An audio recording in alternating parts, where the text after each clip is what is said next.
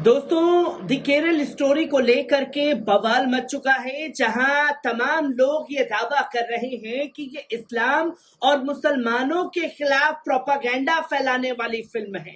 पर मैं ये नहीं मानता कि ये एक प्रोपागेंडा फैलाने वाली फिल्म है। ये फिल्म अगर बनाई गई है तो मुसलमानों से कितनी शिद्दत से लोगों के दिलों में नफरत भरी जा सकती है, ये उसके ऊपर आधारित करके बनाई गई है, जिसका तथ्य से कोई लेना देना नहीं है। पर तमाम 100 करोड़ सनातनियों को तमाम लोग ये ऐलान करते हुए दिखाई दे रहे हैं कि भाइयों बहनों, ये फिल्म किसी भी कीमत पर फ्लॉप नहीं होनी चाहिए।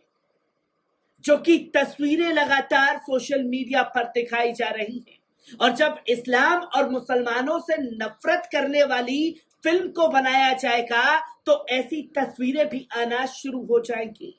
पर जो लोग ट्विटर पर I stand the Kerala story का ट्रेंड चला रहे हैं, जो संघीय मानसिकता से जुड़े हुए लोग एक एक 2-2 रुपए में ये ट्वीट कर रहे हैं, उनके लिए अब करोड़ों रुपए इकट्ठा कमाने का मौका जो है वो सामने आ चुका है। जहां केरल की मुस्लिम यूथ लीग ने फिल्म को लेकर के बड़ा ऐलान किया है, तो वही कांग्रेस सांसद शशि थरूर ने भी इस फिल्म को लेकर के बड़ा ऐलान किया है और यह दावा किया है कि आप इसके तथ्य लेकर के आइए, इसकी सच्चाई दिखाइए और हमसे 1 करोड़ रुपए लेकर के जाइए। अब ये संघियों को तय करना है कि वो 1-1 2-2 रुपए करके I stand with the Kerala story चलाना चाहते हैं या तथ्य को सामने ला करके हकीकत से रूबरू होना चाहते हैं। किस तरीके से तमाम चीजें सामने आई हैं, एक बार इस रिपोर्ट पर नजर डालते हैं। दोस्तों, मुस्लिम यूथ लीग ने अभियान में साक्ष्य प्रस्तुत करने वालों को 1 करोड़ रुपए का इनाम देने की घोषणा कर डाली है, जहां 32,000 लोग केरल में धर्मांतरित होकर सीरिया गए थे। यूथ लीग के महासचिव पीके फिरोज ने सोशल मीडिया के जरिए ऐलान किया कि 4 मई को सुबह 11 बजे से शाम 4 बजे के बीच यूथ लीग के जिला केंद्रों के काउंटर पर जाएं तो 1 करोड़ मिल सकता है। ये चुनौती उस विवाद के संदर्भ में है जो फिल्म द केरला स्टोरी की ट्रेलर की रिलीज के बाद उठा था, जहां पीके फिरोज ने कहा कि लव जिहाद के सीरिया में तब्दील होने का आरोप संघ परिवार की फैक्ट्री का एक सबसे बड़ा झूठ है, जो सिर्फ राजनीतिक मकसद के लिए झूठ बोलता है। संघ प्रायोजित फिल्म का दावा है कि केरल में 32,000 लोगों का इस तरह से धर्मांतरण किया गया है कि उनका दावा है कि उनके पास प्रमाणिक आंकड़े हैं। तो एक पंचायत में कम से कम 30 लोग होंगे, लेकिन जब किसी का पता पूछा जाता है तो वो ऐसे सिर झुकाए बैठ जाते हैं जैसे उसने कुछ सुना ही नहीं।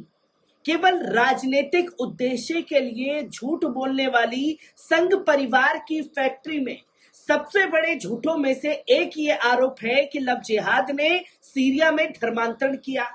जब संघ प्रायोजित फिल्म का दावा है कि केरल में 32,000 लोगों को इस तरह से स्थानांतरित किया गया है, तो इस दावे के साथ कि उनके पास प्रमाणिक आंकड़े हैं, एक जिले में जाए, पंचायत में जाए, जिस हिसाब से 32,000 का वो दावा कर रहे हैं कि एक गांव में तो कितने लोग हैं, हर घर से क्या 30-30 लोग उठाए गए।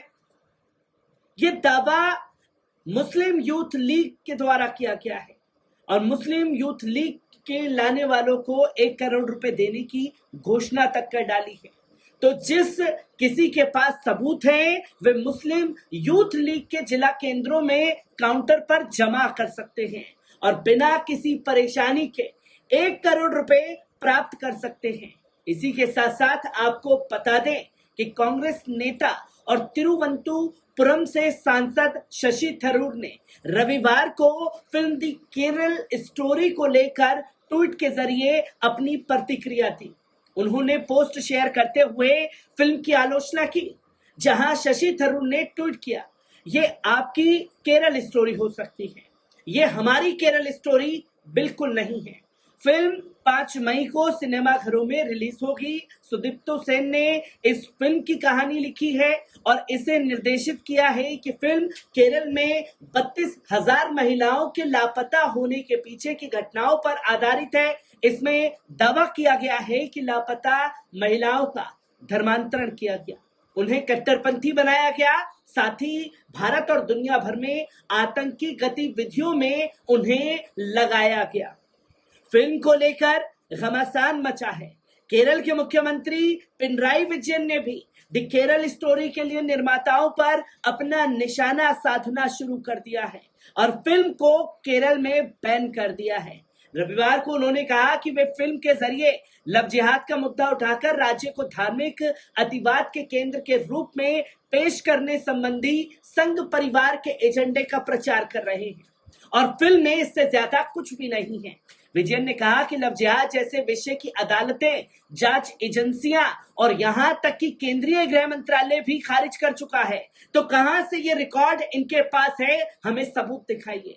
उन्होंने कहा कि हिंदी फिल्म का ट्रेलर पहली नजर में ऐसा मालूम होता है कि मानो इसे सांप्रदायिक ध्रुवीकरण पैदा करने और राज्य के खिलाफ नफरत फैलाने के कथित उद्देश्य से जानबूझकर निर्मित किया गया है। विजयन ने एक बयान में साफ तौर पर कहा कि इस तरह की प्रचार फिल्मों और उनमें दिखाए गए मुसलमानों के अलगाव को केरल में राजनीतिक लाभ हासिल करने के संघ परिवार के प्रयासों के संदर्भ में देखा जाना चाहिए। उन्होंने संघ परिवार पर सांप्रदायिकता का जहरीला बीज बोकर राज्य में धार्मिक सद्भाव को नष्ट करने की कोशिश करने का भी आरोप लगाया। इस बीच बीजेपी ने ये सवाल किया कि केरल में धार्मिक आतंकवाद के मजबूत होने के दावों की व्याख्या राज्य के खिलाफ नफरत फैलाने के रूप में कैसे की जा सकती है। बीजेपी के प्रदेश अध्यक्ष के सुरेंद्रन ने मुख्यमंत्री के बयान के खिलाफ एक फेसबुक पोस्ट में दावा किया, जहां कथित तौर पर वामपंथी पार्टी के करीबी और राज्य के पूर्व पुलिस प्रमुख लोकनाथ बोहरा ने कहा कि केरल में आतंकवादी ताकतों की मजबूत उपस्थिति है। इससे पहले रविवार को ही दिन में विजयन ने आरोप लगाया, चूंकि संघ परिवार की बंटवारे की राजनीति केरल में काम नहीं कर रही थी, जैसा कि उसने अन्य जगहों पर ये तस्वीरें दिखाई हैं। वे इसे फर्जी कहानियों पर आधारित एक फिल्म के जरिए फैलाने की कोशिश की जा रही है। ये फिल्म किसी भी तथ्य या साक्ष्यों पर आधारित नहीं है। विजयन ने मलयाली लोगों से ऐसी फिल्मों का अस्वीकार करने और झूठे प्रचार के माध्यम से समाज में सांप्रदायिक अशांति फैलाने के प्रयासों के खिलाफ सतर्क रहने का आग्रह किया।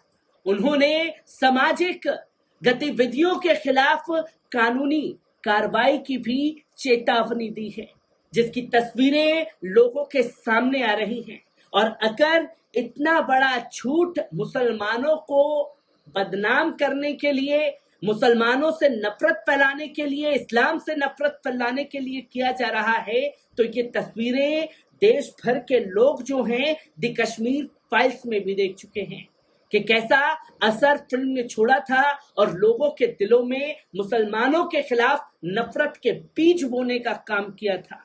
मैं ऐसी ही तस्वीर से आपको रूबरू कराता रहूंगा। दीजिए इजाजत, शुक्रिया।